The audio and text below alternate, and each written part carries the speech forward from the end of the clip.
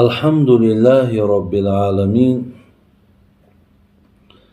والعاقبة للمتقين ولا حول ولا قوة إلا بالله العلي العظيم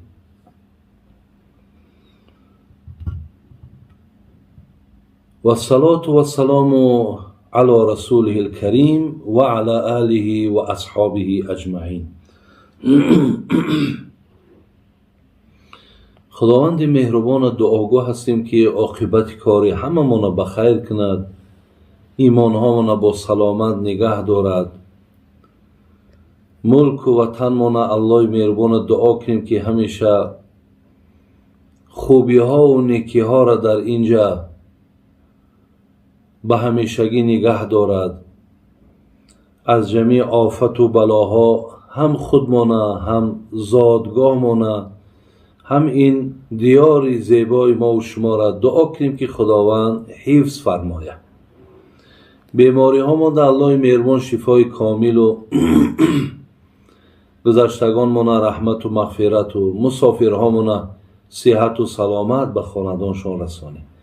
برادران عزیز، یک چند مصرع شعر من از مولوی جنونی میخوانم و در آخرش برای شما بعد انشاءالله یک صحبت میکنیم که مصرع هایی که خوانده می شود یعنی به چی وابستگی دارد.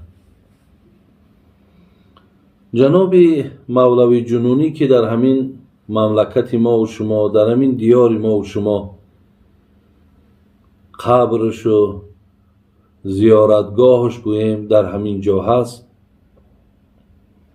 اگرچند که این زاده افغانستان بود لیکن با تقدیر الهی آمد و در همین جا خاک شد.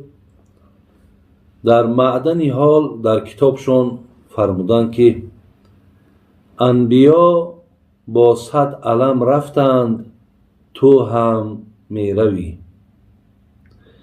اولیا با چشم نم رفتند تو هم می روی، عاشقان با سینه افگار دائم اشکبار جانب خاک عدم رفتند تو هم می روی.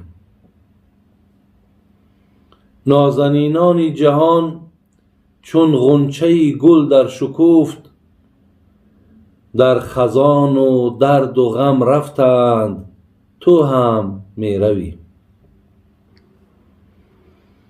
پادشاهان در غروری تاج و تخت و مال و ملک مانده مال و جام و جم رفتند تو هم می روی. رو غمی جان خور چرا اندر غمی نان مانده ای، نانخوران خالی شکم رفتند تو هم می روی.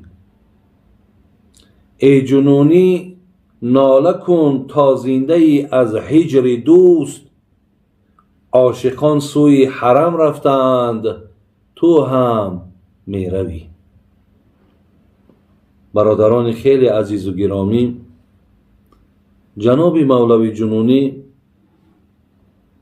ما را مثل یک آدم خوابی را که بیدار میکنی، یک آدمی که مردنش فراموش میکند، میخواهد که با این مصرع ها او را به یادش بیارد که یعنی گفتی شیخ سعدی ای که بر پشت زمینی همه وقت آن تو نیست، دیگران در شکم مادر و پشت پدرند. با ما با نفرهایی که امروز در بالای زمینیم به ما اشاره میکند که ای نفرهایی که امروز بالای زمین ده مقصد جلوه دارین، بالای زمین ده خرامان قدم میزنین، شما دانید که دائم در پشت این زمین نیستین، زیرا که یک توده مردم در شکم مادر و پشت پدر انتظاری دارند که کی ما پشت زمین خالی میکنیم تا اونها با جای ما را بگیرند، زیرا که ما هم جای کسی را گرفته بودیم. جناب جنونی را هم مصرعهاش دلالت بر همین دارد که انبیاها رفتن، پیامبرها رفتن، اولیاها رفتن، عاشقانی که در راه الله عشق ورزیدن اونها هم رفتن، جمیع پادشاها هم رفتن، جمیع نازنینان و جوانها هم رفتن. تو هم می روی.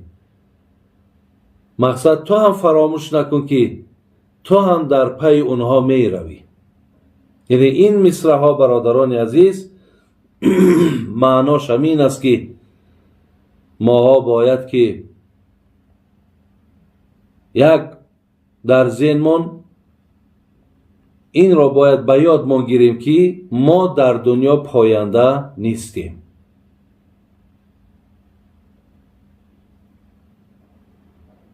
یعنی ابدی ما در اینجا باقی نمیمونیم.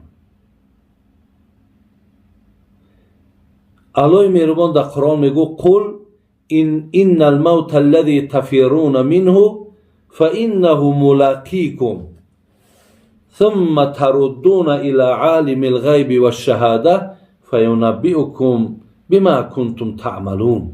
در سوره جمعه الله مهربان میگو اگر چنده که شما از مرگ میگریزین، یعنی شما هیچ وقت خواهشی مردن ندارین، لیکن مرگ با شما ملاقات خواهد کرد. الله مهربان میگو کل من علیها فان و یبقى وجه ربک ذو الجلال والاکرام. هر چیزی که در روی دنیا الحال هست جان به حق تسلیم میکند. یگانه ذاتی که در دنیا باقی میماند این الله ذوالجلال است. هر که آمد به جهان اهل فنا خواهد بود، آن که پاینده و باقی است خدا خواهد بود. از این لحاظ این مصرع ها برادران عزیز دلالت بر همین میکند که روز می شود که ما هم می رویم، ما هم دنیا را پدرود میگیم. به این خاطر هیچ وقت رفتن تانه مردن تانه فراموش نکنین، لیکن از همه چیز مهمه که باید با خود برین اعمال صالح تانه جمع کنین، زیرا حضرت عمر رضی الله عنه می گفت عز الدنیا بالمال و عز الاخره بصالح الاعمال. دنیا در کسی مبلغ و پول دارد عزت دارد، لیکن عزت آخرت به عمل صالح است. خداوند خاتمه ما را بخیر کند، سفرهامان را نیک مبارک گرداند و الله مهربان دعا کنیم که زمان رفتنمان با خودمان یک توشه داشته باشیم تا خجالت در خانه قبر و میدان حشر نداشته باشیم. سلام علیکم و رحمت الله و برکاته.